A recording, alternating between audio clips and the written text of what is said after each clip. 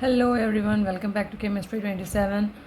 बच्चों, आज जो आप मेरे बोर्ड पर लिखा हुआ देख रहे हैं, मेरे वाइट बोर्ड पर topic board exams and your preparation, that is very very important term.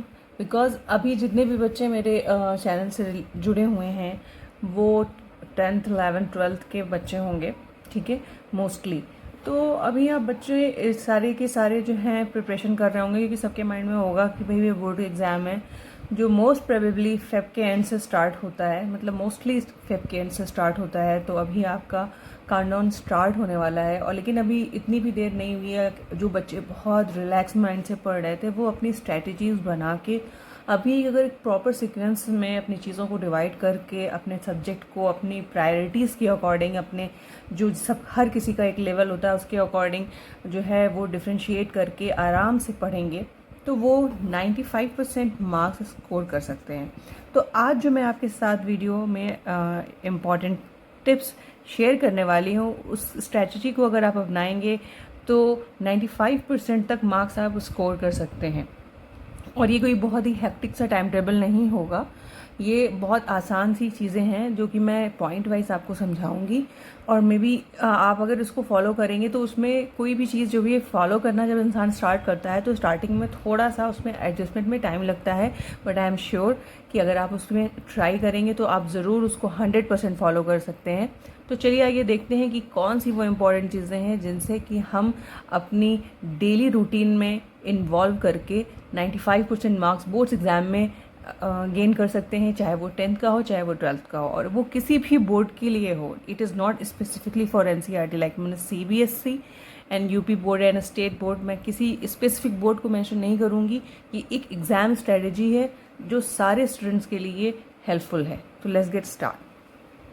Okay बच्चों, तो वो सारी टिप्स अब चलिए मैं आपके साथ शेयर करती हूँ जो कि बहुत ज़्यादा हेल्पफुल होने वाली है आपके लिए। तो इसमें सबसे पहली टिप्स मैं आपको दूंगी कि मेक अ टाइम टेबल।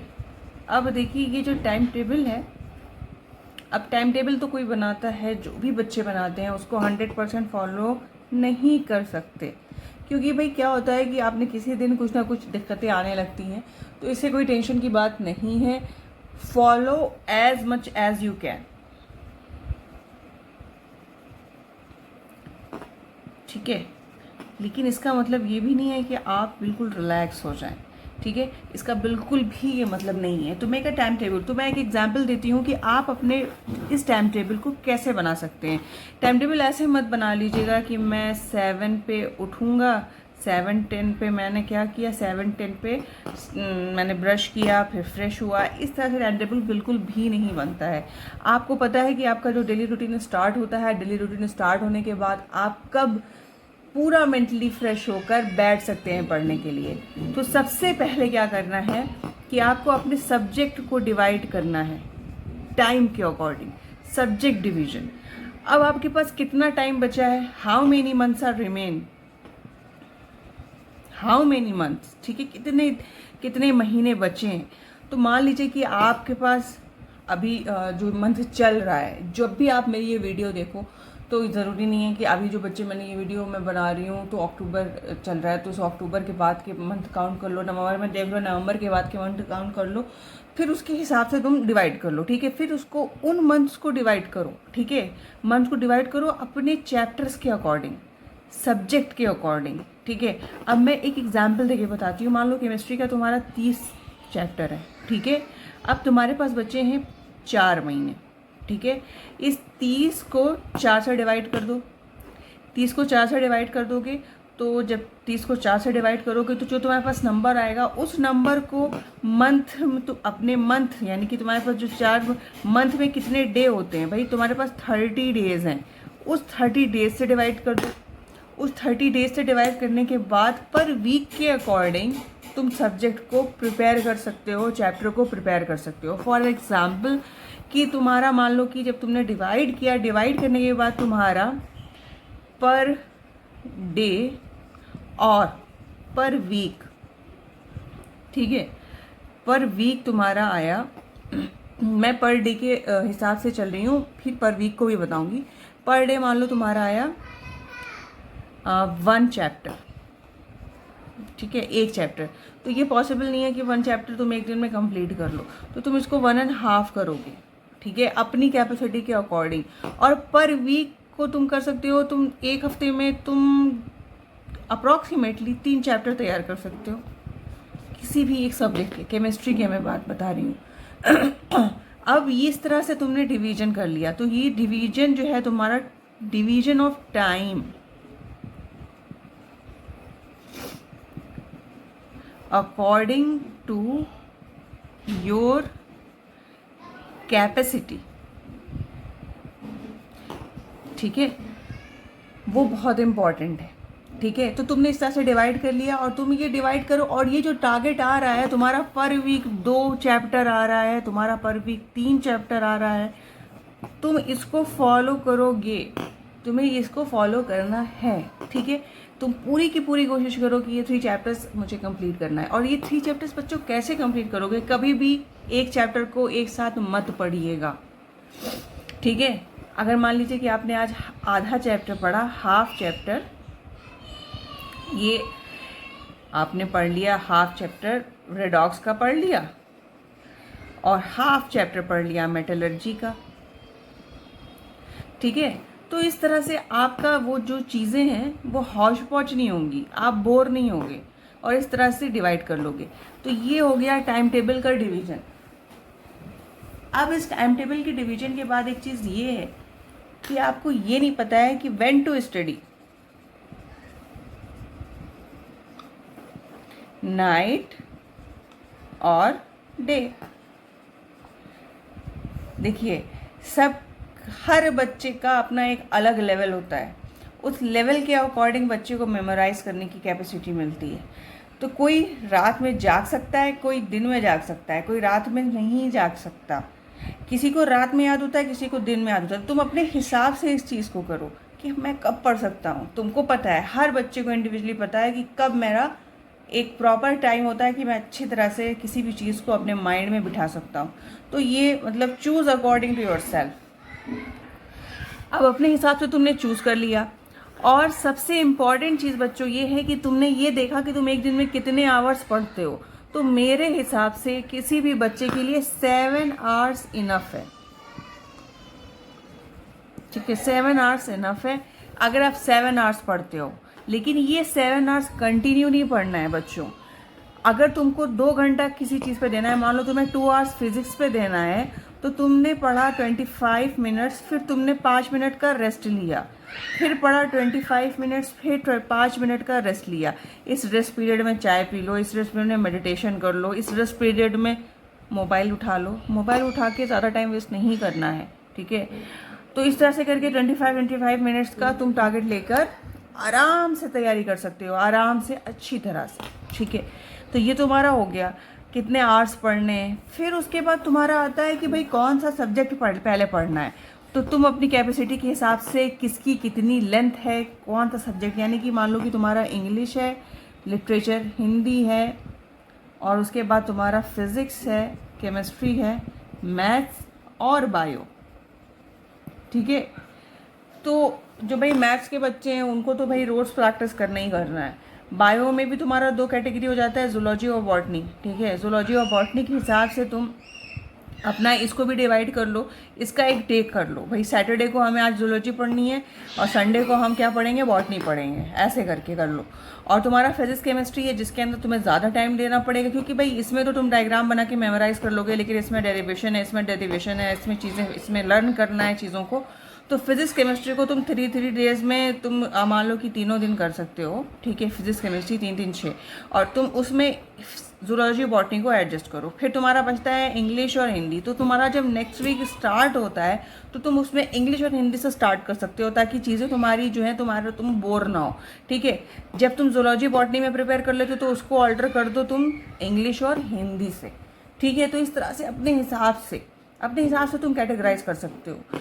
और सबसे इम्पॉर्टेंट चीज़ ये है कि आपको प्रीवियस ईयर का पेपर देखना बहुत ज़रूरी होता है। प्रीवियस ईयर के पेपर से बच्चों क्या होता है कि प्रीवियस ईयर का जो पेपर होता है उससे तुम्हें आइडिया लगता है कि कैसे क्वेश्चंस आए। बहुत सा सिलेबस चेंज हुआ होगा तो तुमको पता है कि कौन से चैप्टर्स निकाले गए हैं, तो तुम उस चैप्टर के क्वेश्चन को नहीं देखोगे। और प्रीवियस ईयर के पेपर से क्वेश्चन तैयार करो और उससे टॉपिक को कैटेगराइज करो जो ज़्यादा वेटेज वाले हैं, मोर मार्क्स गेनिंग, ठीक है, जिससे तुमको मोर मार्क्स मिल सकते हैं। पहले उन चैप्टर्स को तैयार करो और हमेशा हार्ड वर्क को चूज ना करके स्मार्ट वर्क को चूज करो, ठीक है।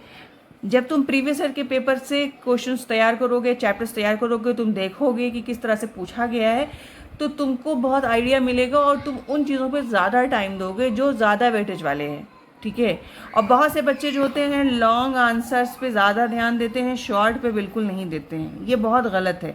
देखो लॉन्ग आंसर में तुम जितना भी अच्छा लिख दोगे तुम्हें फुल मार्क्स बहुत बहुत बहुत कम मिलते हैं। मतलब कि रेयर होता है कि जो कोई भी टीचर तुम्हें 4 आउट ऑफ 4 दे, ठीक है, 4 out of 4 they. Being a teacher मुझे ये चीज़ खुद पता है, हम क्या कर देंगे 3.5 दे देंगे। 4 मार्क्स बहुत कम मिलते हैं, बहुत कम बच्चों को मिलता है, ऐसा नहीं है कि नहीं मिलता है, बट कम मिलता है। लेकिन अगर शॉर्ट, अगर तुम्हारा 1 मार्क्स है, अगर तुमने पूरा सही किया है तो will get 1 marks, complete 1 marks. तो उन चीज़ों पे बहुत ज़्यादा ध्यान दो, ऑब्जेक्टिव्स पे ध्यान दो, ठीक है। और इन सब चीज़ों के साथ साथ देखो बच्चों, ये तो तुम्हारा पूरा वो हो गया कि तुमने टाइम टेबल बनाया, डिवाइड किया, डिवाइड करने के बाद सारी चीज़ों को अच्छी तरह से, और डिवाइड करने के बाद तुमने कैटेगराइज किया कि हमें किस सब्जेक्ट को पहले प्रायोरिटी देनी चाहिए, किसको बाद में प्रायोरिटी देनी चाहिए, हमें कब पढ़ना चाहिए। इन सब के साथ बहुत ज़्यादा इम्पॉर्टेंट है कि तुम्हारा माइंड जो है वो भरना नहीं चाहिए किसी भी चीज़ से, उसको रेस्ट की नीड है। Rest is very important. तो तुमको एक दिन में कम से कम 6 और ज़्यादा से ज़्यादा 8, 6 to 8 hours sleep very important. सोना बहुत ज़्यादा ज़रूरी है। रिफ्रेशमेंट के लिए अगर कोई एक्सरसाइज में मतलब मेडिटेशन में बिलीव करता है तो वो मेडिटेशन कर सकता है, कोई चाय पी सकता है, कोई अच्छा सा वीडियो देख सकता है। और बच्चों सबसे इम्पॉर्टेंट चीज़ ये है कि चैप्टर का एक्सप्लेनेशन जब भी आप कर रहे हो, जब एक्सप्लेनेशन मीन्स कि जब आप प्रिपेयर कर रहे हो तो नोट्स बनाओ।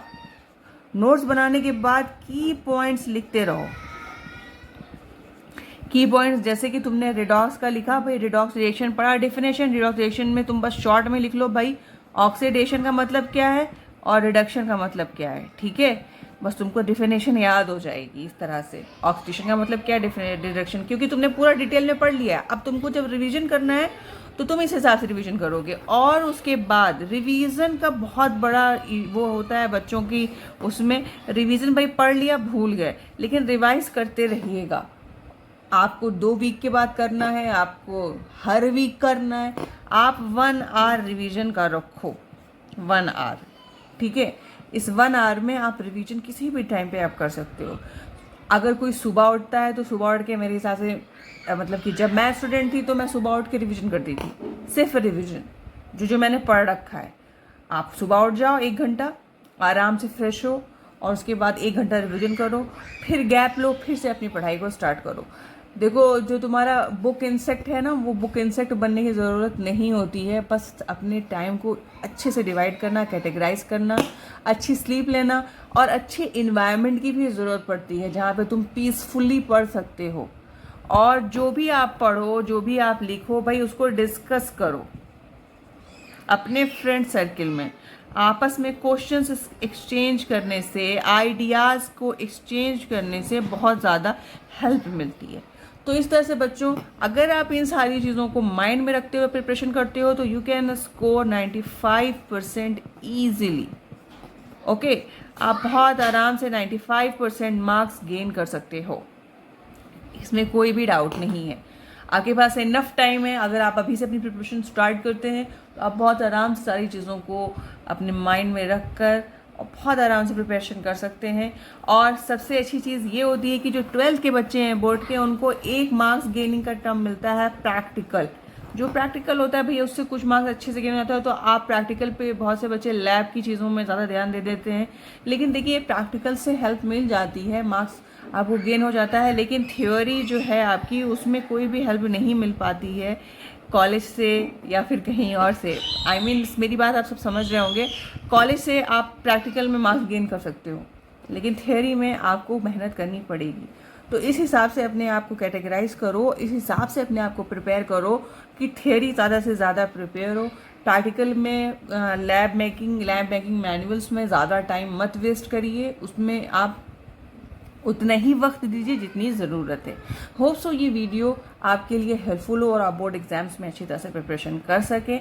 तो आप इसको लाइक करिए, शेयर करिए, सब्सक्राइब करिए और लोगों में फॉरवर्ड करते रहिए। Thanks for watching, see you in next video.